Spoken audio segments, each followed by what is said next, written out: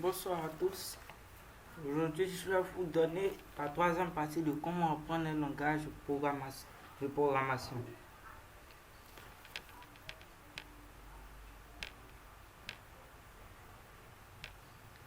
On commence avec la première étape.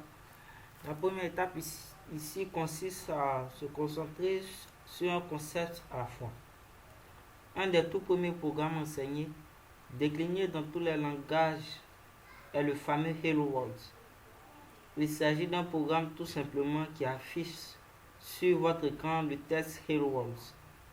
Il a pour but d'enseigner aux grands débutants la syntaxe permettant de faire fonctionner un programme de base ainsi que la manière de gérer la sortie d'affichage. En changeant le texte et en modifiant la syntaxe, vous pouvez modifier l'affichage, puis progressivement complexifier le programme. Voici quelques guides sur la création du programme Hello World sous divers langages de programmation. On a le Hello World en Python, Hello World en Ruby, Hello World en C, Hello World en PHP, Hello World en CDS et Hello World en JavaScript. Là, ils ont abrégé, ils ont mis Java, mais c'est JavaScript. La deuxième étape est de décortiquer les exemples en ligne pour apprendre. Il existe des milliers d'exemples. Le code sur Internet pour virtuellement tous les langages de programmation. Utilisez-les pour examiner les divers aspects du langage et comprendre l'interaction entre leurs différentes parties. Prenez quelques parties de plusieurs exemples pour créer un de vos premiers programmes. La troisième étape ici est d'examiner la syntaxe. La syntaxe est la façon dont le programme est écrit de telle manière que le compilateur ou l'interpréteur puisse le comprendre. Chaque langage a un syntaxe qui lui est propre. Bien que quelques éléments puissent être communs à plusieurs d'entre eux, l'apprentissage de la syntaxe est essentiel pour apprendre à programmer dans un langage donné.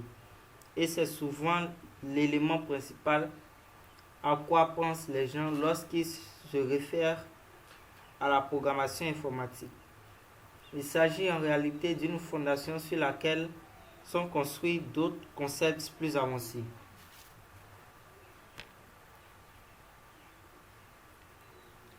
La quatrième étape ici est d'expérimenter en modifiant.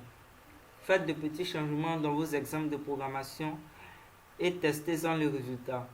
En expérimentant ainsi, vous pouvez apprendre ce qui peut fonctionner ou non plus rapidement qu'en lisant un livre ou un tutoriel. N'ayez pas peur de casser votre programme.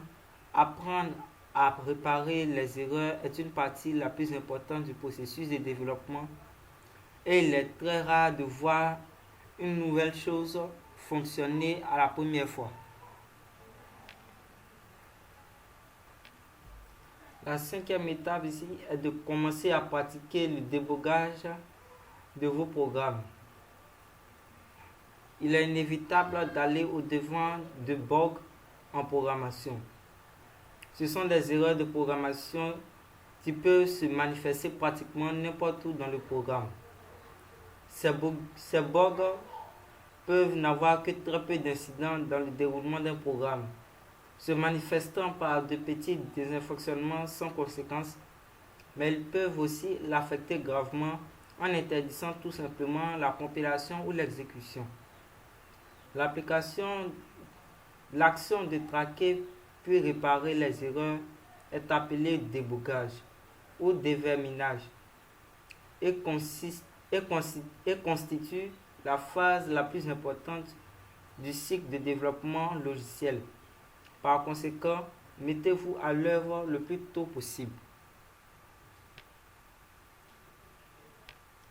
La sixième et la dernière étape est de commenter abondamment tous vos codes.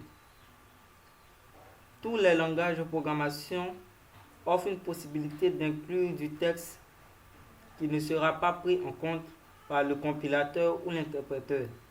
Cette fonction vous permet de laisser des explications concise et humainement compréhensible sur ce que fait votre code. Ces commentaires, en plus de vous aider à vous rappeler pourquoi vous avez placé telle ou telle instruction à certains endroits, sont une pratique de travail essentielle dans un environnement collaboratif, car elle permet à d'autres de comprendre le fonctionnement de votre programme afin de pouvoir le maintenir ultérieurement. Bon, merci d'avoir regardé la vidéo et n'oubliez pas, demain, je vais vous donner la quatrième partie.